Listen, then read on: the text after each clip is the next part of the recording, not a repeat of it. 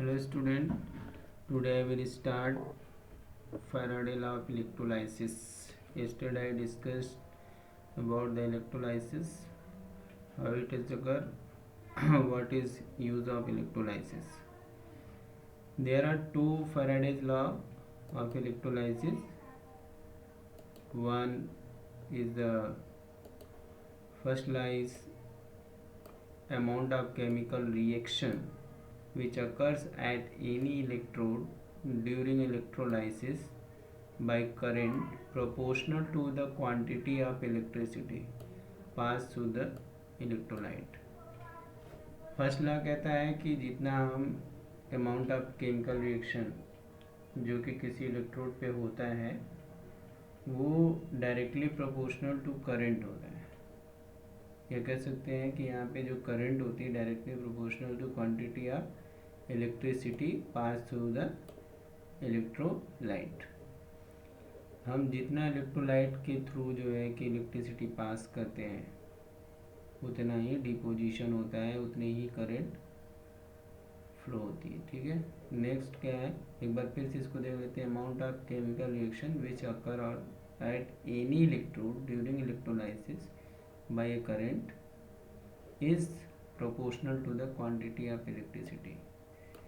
Amount of chemical reaction, कितना chemical reaction होता है, कितना डिपॉजिट होता है, कह सकते हैं एक तरह से, वो हम जितनी इलेक्ट्रिसिटी पास करेंगे उतना डिपोजिशन होगा। सेकेंड लॉ क्या कहता है, the amount of different substance liberated by the same quantity of electricity pass through the electrolytic solution are proportional to the chemical equivalent. Okay, यहाँ सेकेंड लॉ ये कहता है कि जो डिफरेंट सब्सटेंस के जो अमाउंट हैं, अगर सेम अमाउंट ऑफ इलेक्ट्रिसिटी पास करते हैं तो उस कंडीशन में जो अमाउंट ऑफ डिफरेंट सब्सटेंस होंगे वो directly proportional to the chemical equivalent के बराबर होंगे। जितना उनका केमिकल इक्विवेलेंट होगा उसके बराबर होंगे। केमिकल इक्विवेलेंट वेट क्या होता है कि जितना केमिकल इक्विवेलेंट वेट को हम ई से डिनोट करते हैं, ओके, और ये इक्वल टू होता है एटॉमिक मास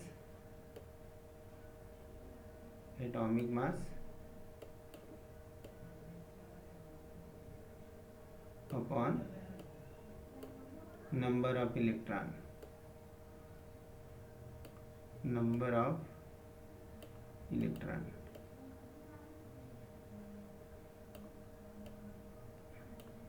ठीक है। इससे हमें इक्विवेलेंट वेट पता लग जाएगा। इसमें कहने का मतलब ये है कि अगर हम दो डिफरेंट इलेक्ट्रोलाइट लेते हैं, दो डिफरेंट सब्सटेंस लेते हैं, दोनों सेल को एक दूसरे के सीरीज में जोड़ देते हैं, तो उस कंडीशन में दोनों इलेक्ट्रोड पे जो रिएक्शन का अमाउंट होता है या सब्सटेंस का अमाउंट होता है, सेम इलेक्ट्रिसिटी पे पास करने पर वो इक्विवेलेंट वेट के प्रोपोर्शनल होता है। यानी कह सकते हैं कि E proportional to the W.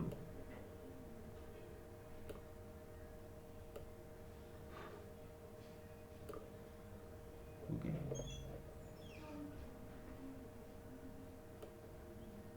Next हम देखते हैं product of electrolysis. Product of electrolysis क्या होता है? अगर इलेक्ट्रोलाइसिस होते हैं तो कैटायन और एनायन बनते हैं। अब ये कैटायन और एनायन किस तरह से बनते हैं इसके ऊपर डिपेंड करता है। Products of electrolysis depend upon the nature of material being electrolysed and the type of electrode being used. Electrolysis का प्रोडक्ट क्या होगा वो इस बात पे निर्भर करता है कि हमने जो इलेक्ट्रोलाइट लिया है या जो मटेरियल जिसका इलेक्ट्रोलाइसिस होना है उसका नेचर क्या है और किस तरह का इलेक्ट्रोड यहाँ पे यूज़ किया गया है। एक तो हमारा इलेक्ट्रोड होता है इनर्ट इलेक्ट्रोड, जो प्लेटिनम और गोल्ड के बने होते हैं, वो कभी रिएक्शन में पार्टिसिपेट नहीं करते हैं। ओके, केमिकल रिएक्शन जितना भी हो जाए वहाँ पे पार्टिसिपेट नहीं करते हैं, केवल वो सोर्स या सिंक ऑफ इलेक्ट्रॉन का काम करते हैं, बस इतना काम करते हैं। और दूसरी तरफ अगर हम रिएक्टिव इलेक्ट्रोड लेते हैं, इलेक्ट्रोड बहुत रिएक्टिव है तो पार्टिसिपेट करता है इलेक्ट्रोड रिएक्शन में। तो इस तरह से जो प्रोडक्ट ऑफ इलेक्ट्रोलाइसिस है may be different for the reactive and inert electrodes. तो कहने का मतलब है कि अगर इलेक्ट्रोड हम इनर्ट लेंगे तो प्रोडक्ट वही होगा जो हम सोचेंगे, जो हमारा एक्सपेक्टेशन होगा वही प्रोडक्ट होगा। लेकिन अगर रिएक्टिव इलेक्ट्रोड लेंगे तो उस कंडीशन में डिफरेंट हो सकता है। Products of electrolysis depend upon the different oxidizing and reducing species present in the electrolytic cell।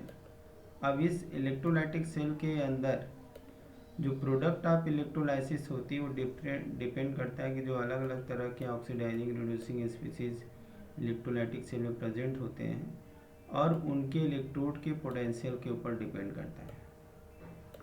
Electrode potential जो हम लोग रिडक्शन इलेक्ट्रोड पोटेंशियल पढ़ते हैं उनके ऊपर डिपेंड करता है।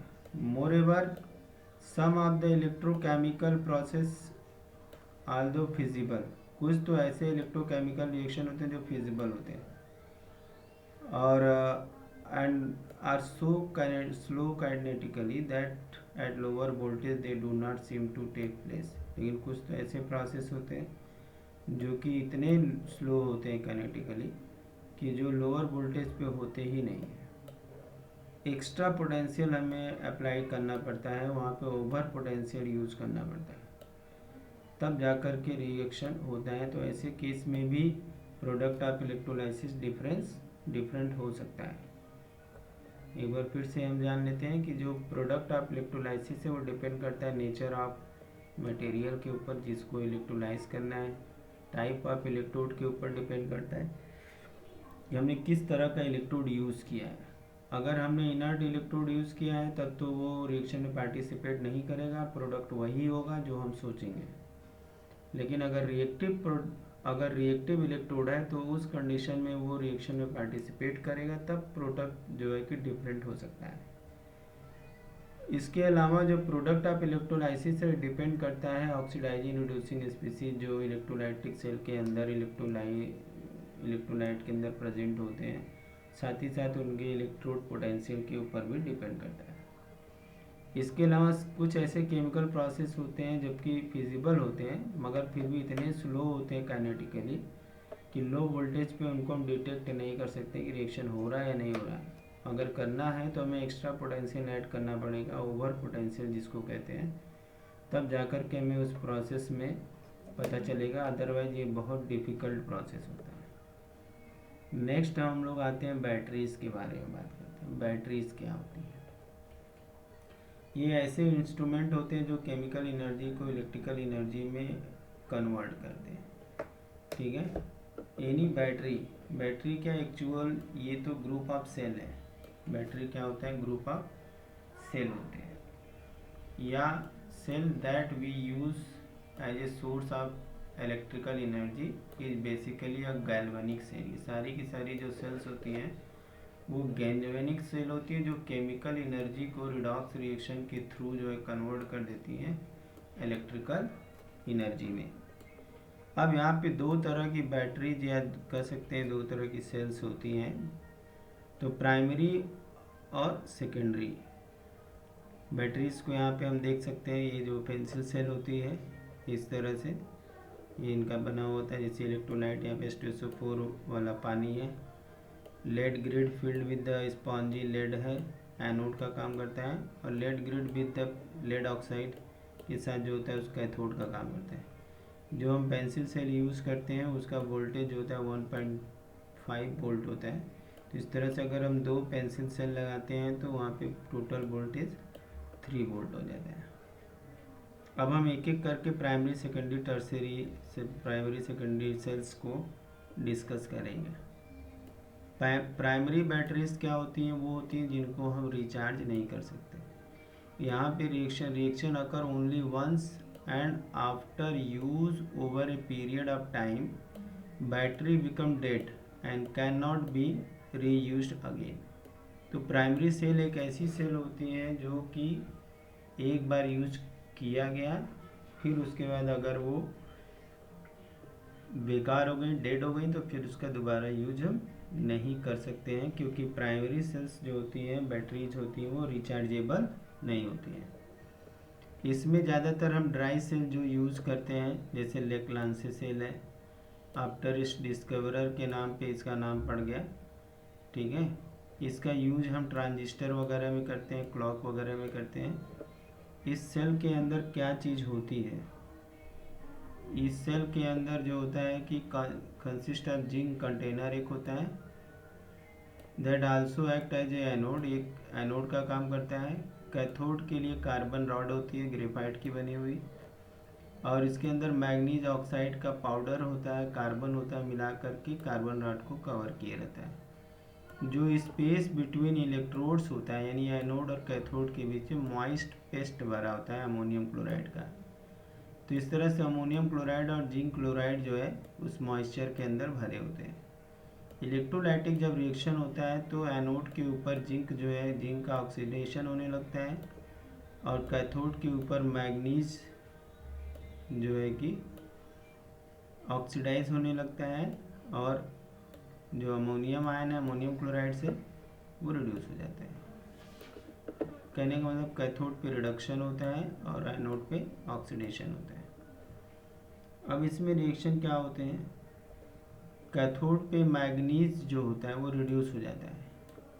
मैग्नीज क्या होता है, रिड्यूस हो जाता है, फ्रॉम +4 से +3 स्टेट में आ जाता है, +4 से +3 स्टेट में आ जाता है, और अमोनिया गैस प्रोड्यूस होती है, और जो कि जिंक के साथ जो है कि अमोनियम जिंकेट बना लेता है। इस तरह की जो सेल होती है उसका पोटेंशियल 1.5 वोल्ट होता है।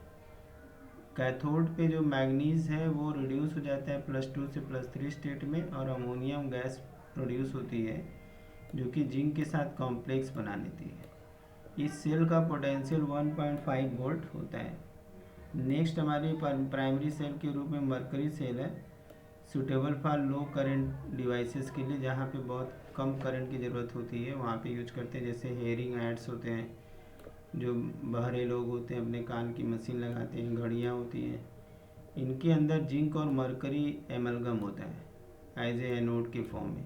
पेस्ट ऑफ मर्क्यूरस ऑक्साइड और कार्बन जो है कैथोड का काम करता है। इलेक्ट्रोलाइट जो होता है वो पेस्ट ऑफ पोटेशियम हाइड्रोक्साइड और जिंक ऑक्साइड होता है। इलेक्ट्रोड के ऊपर रिएक्शन कैसे होता है, एनोड के ऊपर जो है जिंक जो है ऑक्सीडाइज हो जाता है, जिंक ऑक्साइड बना लेता है, H2O बनता है, इलेक्ट्रॉन रिलीज होता है। और उसके बाद कैथोड पे क्या होता है, मरकरी का रिडक्शन हो जाता है, ठीक है। पूरा अगर रिएक्शन देखा जाए तो जिंक ऑक्सीडाइज हो रहा है, मरकरी रिड्यूस हो रहा है। इसका जो वोल्टेज होता है, पोटेंशियल जो होता है लगभग 1.35 वोल्ट होता है। इसका पोटेंशियल कितना होता है, 1.35 वोल्ट होता है, ओके।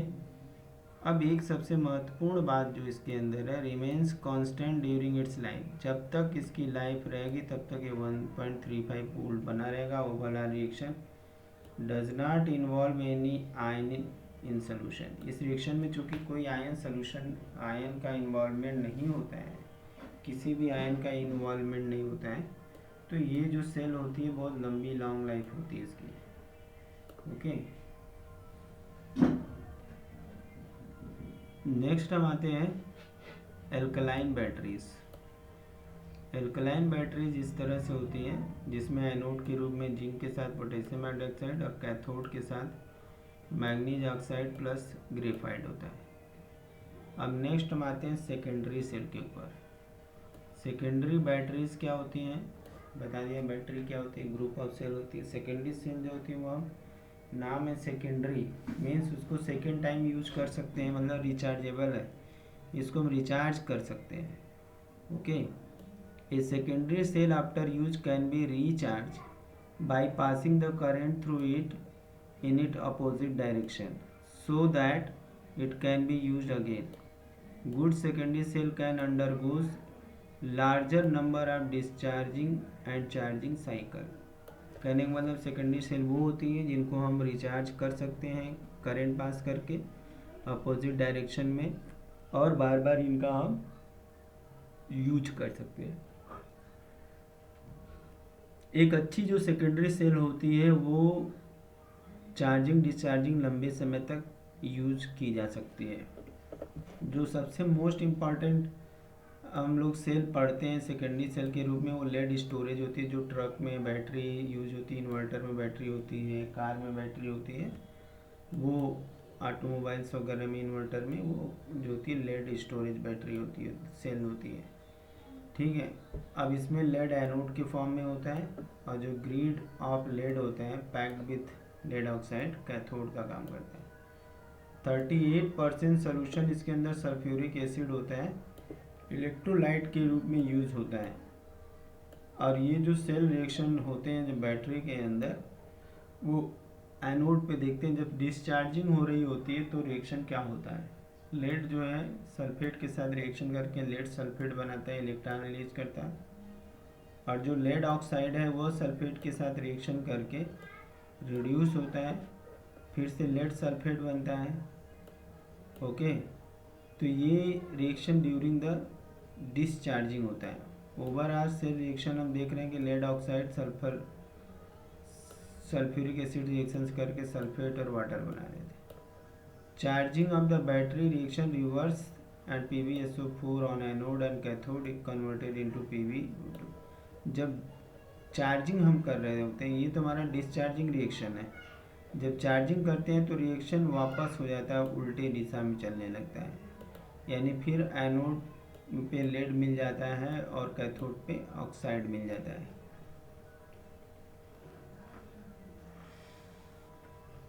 इस तरह से ये बनी हुई लेड स्टोरेज बैटरी होती है।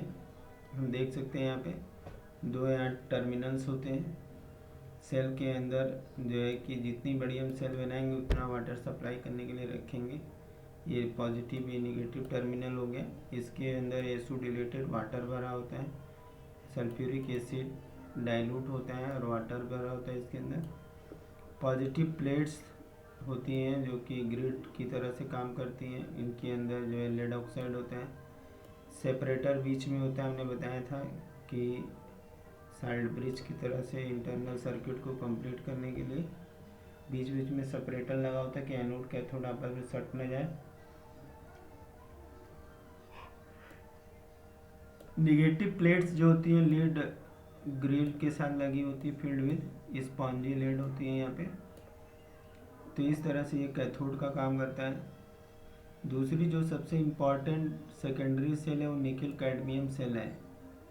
निकिल कैडमियम सेल जो होती है लॉन्गर लाइफ होती है इसकी than the lead storage cell, but more expensive in nature manufacturing. इसका मैन्युफैक्चरिंग अगर हम करते हैं तो बहुत ही एक खर्चीली बैटरी है। ओके, मगर इसकी लाइफ बहुत लॉन्ग होती है। इसकी लाइफ जो होती है बहुत लॉन्ग होती है लेड स्टोरेज से भी। अब यहाँ पे कैडमियम का ऑक्सीडेशन होता है, निकिल का रिडक्शन होता है। इस कंडीशन में यहाँ पे हम देख सकते हैं इसका स्ट्रक्चर। इस तरह से ये सेल बनी होती है, बेल्ट बाल होती है, कवर होता है, कैप होता है, यहाँ पे सील लगी होती है, यहाँ पे कोर होता है, बीच में कैन बना होता है, पॉजिटिव टैब यहाँ बीच बीच में होते हैं, सेपरेटर लगा होता है, और प्रेस्ड पाउडर जो है नेगेटिव इलेक्ट्रोड होता है। यहाँ पे हम जो देख रहे हैं ये हमारा एनोड है, और पॉजिटिव इलेक्ट्रोड ये रेड वाला है, और यहाँ पे ये येलो वाला जो सेपरेटर है। इसमें जेली रोल लगे होते हैं, इंसुलेटिंग वाशर लगे होते हैं। इस तरह से ये सेल बनी होती है। नेक्स्ट हम आते हैं फ्यूल सेल के ऊपर। फ्यूल सेल ये गैल्वेनिक सेल है और design to convert energy of combustion of fuel like the hydrogen methane methanol directly into electrical energy are called fuel cell. कहने का मतलब वो सेल जो एनर्जी कंबस्शन से मिलती है, किसके कंबस्शन से, हाइड्रोजन मीथेन मिथेनॉल, ये डायरेक्ट इलेक्ट्रिकल एनर्जी प्रोड्यूस करती हैं। जो सबसे मोस्ट सक्सेसफुल मोस्ट सक्सेसफुल से यूज है रिएक्शन में हाइड्रोजन विद ऑक्सीजन, जिसमें कि वाटर बनता है। सबसे पहले अपोलो में यूज किया गया था। In the cell hydrogen and oxygen bubbled through the porous carbon electrode into the concentrated aqueous solution of sodium dioxide. Catalysts like finely divided platinum or palladium metal are incorporated into the electrodes for increasing the rate of electrode reaction. Electrode reaction क्या होता है? Cathode पे ये oxygen water के साथ reaction करके hydroxide बना लेती है। एनोड पे इस हाइड्रोजन का ऑक्सीडेशन हो जाता है, वाटर मॉलिक्यूल बन जाता है। ओवरऑल रिएक्शन देखें तो वाटर और ऑक्सीजन और हाइड्रोजन मिल करके वाटर बना लेते हैं। ये जो सेल होती है कंटिन्यूसली लॉन्ग टाइम तक के लिए काम करती है। जो फ्यूल सेल होती है वो इलेक्ट्रिसिटी पास करती है। इनकी एफिशिएंसी जो होती है 70% होती है, थर्मल प्लांट के कंपैरिजन में देखा जाए तो, जो कि 40% होती है। ठीक है, तो ये हमारे फ्यूल सेल है, बहुत इंपॉर्टेंट है, पूछे जा सकते हैं। अब इसके बाद आते हैं, हम देख लेते हैं हाइड्रोजन फ्यूल सेल किस तरह से होती है। यहाँ पे जो है कि एग्जॉस्ट, ये एक्चुअल यहाँ पे ऑक्सीजन और हाइड्रोजन को अंदर जाने के लिए बना हुआ है। ये हमारा एनोड है, हमारा कैथोड है, ये पोरस मेम्ब्रेन है जो दोनों को सेपरेट किए हुए हैं और कुछ साल्ट ब्रिज का भी काम करती है। तो ये इस तरह से हमारा ये पोरस सेल होती है। एक बार अब नेक्स्ट हम आते हैं कोरिजन। कोरिजन क्या है ये तो पता ही है कि जो मेटल सरफेस होता है धीरे धीरे ऑक्सीडाइज होकर के साल्ट ऑफ मेटल बना लेता है और सरफेस खराब हो जाती है। कोरिजन एक स्लो चलने वाला प्रोसेस है, स्लो रिएक्शन है जिसका हम रेट डिटरमाइन नहीं कर सकते। Slowly coat the surface of metallic object with the oxide और other salt of the metal. इसमें जो हमारा मेटल सरफेस होता है वो खराब होता है। कोरिजन वर्ड मोस्टली यूज किया जाता है आयरन के लिए, जहाँ पे जंग लग जाती है वो आयरन के ऊपर पपड़ियाँ ऑक्साइड्स की बन जाती है और आयरन हमारा खराब होने लगता है।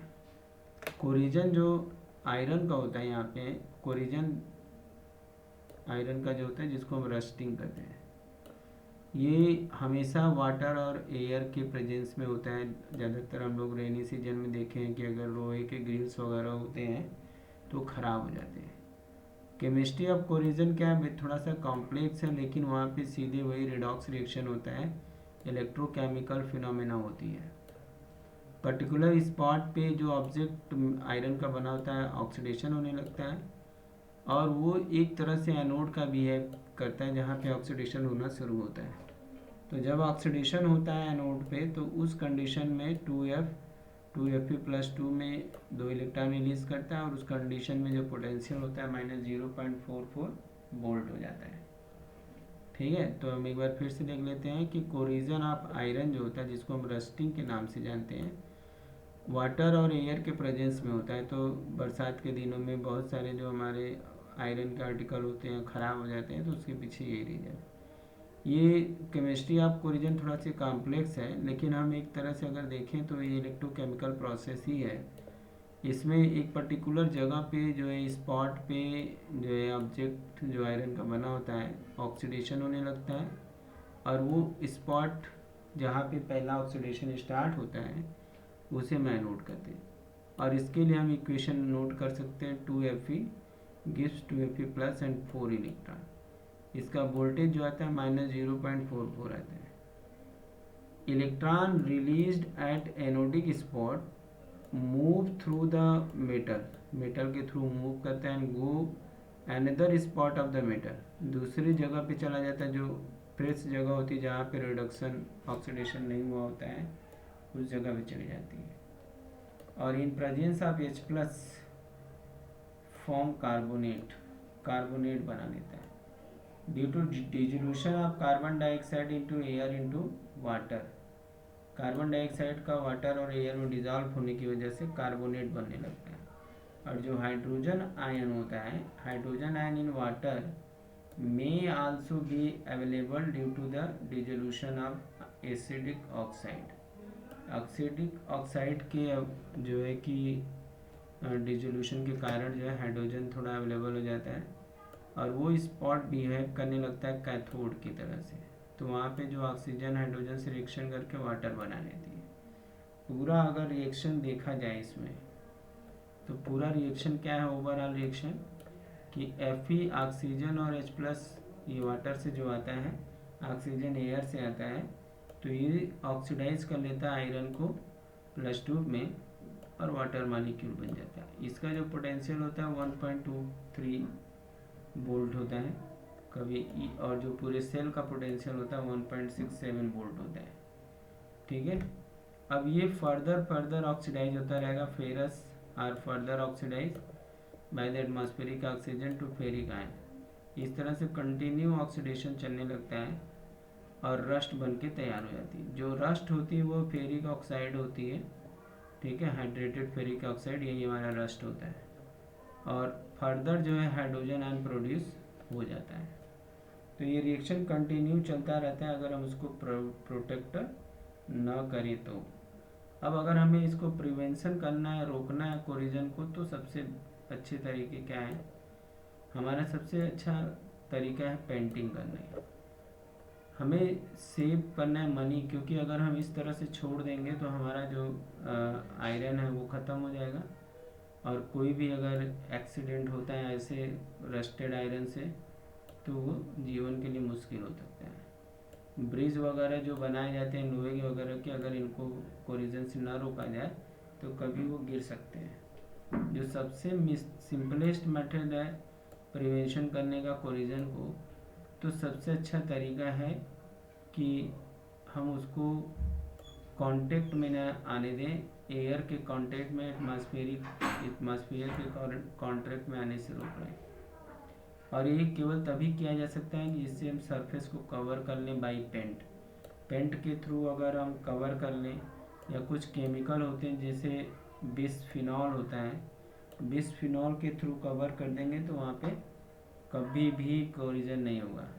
जो सबसे दूसरा अच्छा मेथड है वो सरफेस ऑफ मेटल को अदर मेटल से कवर कर देना, जैसे टिन की लेयरिंग कर देना, जिंक की लेयरिंग कर देना। इससे हम बचा सकते हैं, क्योंकि ये इनर्ट होते हैं और रिएक्ट नहीं करते हैं, सेव करते हैं ऑब्जेक्ट को। इस तरह से जो है इलेक्ट्रोकेमिकल मेथड होती है प्रिवेंट करने के लिए, सरफेसियल, केवल हम सरफेस के ऊपर जो लगा हुआ है उसको ऑक्सीडेशन के प्रोसेस से बस रोकना होता है। ठीक है, तो ऑक्सीडेशन के प्रोसेस को अगर हम रोक दें पेंटिंग करके, ऑयलिंग करके, अनदर मेटल को चढ़ा करके, तो हम जो है कि मेटल को करोड होने से बचा सकते हैं। अब यहाँ पे हम देख सकते हैं कि क्या क्या रिएक्शन हो रहे हैं। पहले जब कोरिजन हो रहा है, जैसे ये नई सरफेसेस हैं, ऑक्सीजन आया, मॉइस्चर आया, यहाँ पे ऑक्सीडेशन हुआ, तो यहाँ पे ऑक्सीजन हाइड्रोजन के साथ रिएक्शन किया। ये अगर हम रिएक्शन देखें एनोड पे, पहले क्या हो रहा है, जो भी आयरन मॉइस्चर के कंटेंट में आकर के ऑक्साइड में कन्वर्ट हो जा रहा है, फिर यहाँ से इलेक्ट्रॉन रिलीज हो रहे हैं, ये ऑक्सीजन और हाइड्रोजन आयन के साथ मिल करके वाटर मॉलिक्यूल बना दे रहा है। और ये प्रोसेस कंटिन्यू चलती रहती है। जो सरफेस यहाँ पे फर्स्ट है ख़राब होती है वो हमारी एनोड का काम करती है, जहाँ पे डिपोजिशन होने लगता है वो हमारा जो है कैथोड का काम करता है। तो इस तरह से जो है कि कोरिजन होता है। कोरिजन से बचने का सबसे बढ़िया तरीका है, उसके ऊपर हम रेड ऑक्साइड, जो हमारा आयरन का सरफेस है उसके ऊपर रेड ऑक्साइड का हम चाहें तो सरफेसिंग कर दें, जिंक से सरफेसिंग कर दें, मैग्नीशियम से सरफेसिंग कर दें, मतलब दूसरी लेयर चढ़ा दें मैग्नीशियम वगैरह की, एल्युमिनियम की लेयर चढ़ा दें, तो उसका जो है फर्दर ऑक्सीडेशन नहीं होगा और वो लेयर बच जाएगी। तो इस तरह से हम घर के अंदर जो अपने आयरन के आर्टिकल्स लगे होते हैं हम उनको बचा सकते हैं। अब जिंक की लेयरिंग जो करने का प्रोसेस होता है उसको गैल्वेनाइजेशन कहते हैं। ये है गैल्वेनाइजेशन का प्रोसेस जो इस सरफेस को पूरी तरह से बचा लेता है। इसमें भी ऑक्सीडेशन होता है, जिंक आयन में इलेक्ट्रॉन रिड्यूस होता है, फिर यहाँ वाटर मॉलिक्यूल बनता है आयरन के ऊपर, मगर इस आयरन का कोरोजन नहीं हो पाता है। तो इस तरह से हम प्रिवेंट कर सकते हैं कोरिजन से और मेटल को बचा सकते हैं। ठीक है, तो ये चैप्टर अब कंप्लीट हो गया। आपको न्यूमेरिकल लगाने हैं, कल हम लोग इस पर न्यूमेरिकल देखेंगे और जो है कि फिर नेक्स्ट चैप्टर स्टार्ट करेंगे। Thank you for watching video.